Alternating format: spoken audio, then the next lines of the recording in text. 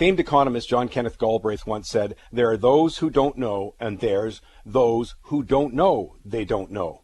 Great summation of Western elites, academics, the public school establishment, the political commentariat, and of course politicians. Not one predicted the Brexit outcome.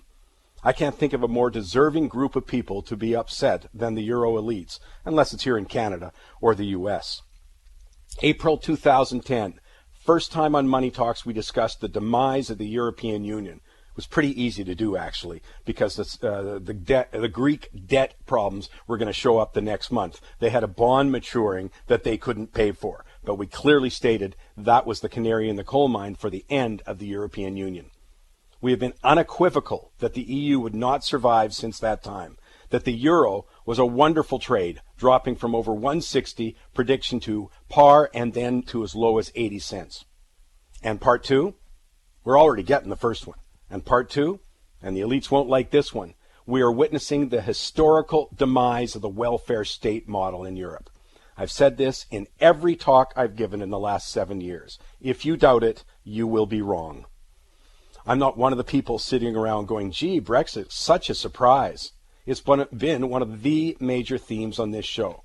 I'm not saying it's good or bad. There are consequences to staying or leaving, but clearly we said it was coming. Our political elites, organized labor, business cronies, academics, and the media commentariat still don't know what's going on. They actually don't know they're the problem, and they sure as hell don't know what's coming next. Their collective heads are so up their establishment butts. They're so self-satisfied. And I include virtually every person I hear or read in the Canadian media. They wouldn't know the revolution's begun if it was knocking down their door. I love the jab by UK talk show host Julia Hartley-Brewer.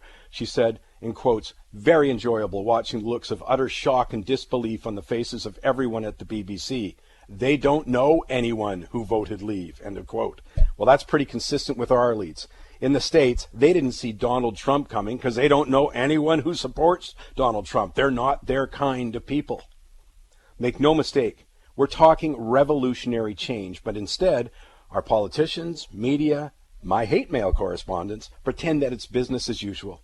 That's the inherent failure of the political establishment, mainstream media, education system, and academia.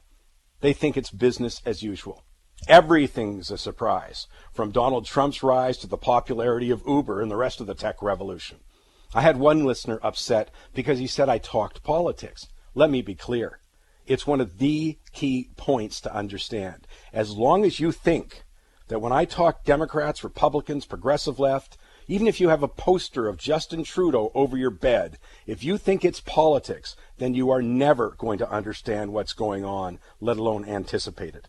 What you're seeing politically with the Brexit vote, with Bernie Sanders, with the victorious five-star movement in Rome's elections, the near win of the Freedom Party in Austria, the rise of other anti-EU parties in Hungary, France, and the Netherlands, they are byproducts of economics and finance. Like currencies, stocks, bond prices, and the incredible movements there, political upheaval is just another measure of the change taking place that has economics and finance as their catalysts. I'm not what would get people's attention. I don't know what would get I have no clue what would get their attention. 3 years ago on this show, I predicted an escalation in social violence. Last week's bloody protests in Paris over labor reforms, the skyrocketing murders in Venezuela, and the tragic murder of British MP Jo Cox, which her husband said was political. Sadly, this is the beginning. Listen to that. You want a prediction? Well, here's one. Before this is over, they're going to be dragging politicians, union elites, crony capitalists into the streets.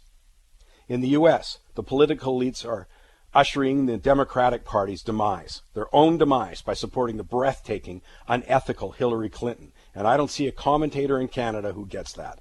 They're too busy being smug about Donald Trump. For the massive disruption in government that's to come, it won't matter whether the criminal or the narcissistic blowhard gets elected. The political establishment, along with the mainstream media, is over. They just don't get it yet.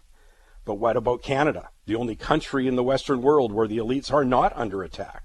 Although the grossly incompetent, unethical, outright corruption of Kathleen Wynne's government shows they're working hard to change that. It's not like Canadians don't have reason to be fed up with the political establishment. We had 120 arrests plus for corruption in Quebec. I mean, my God, the mafia was running public projects.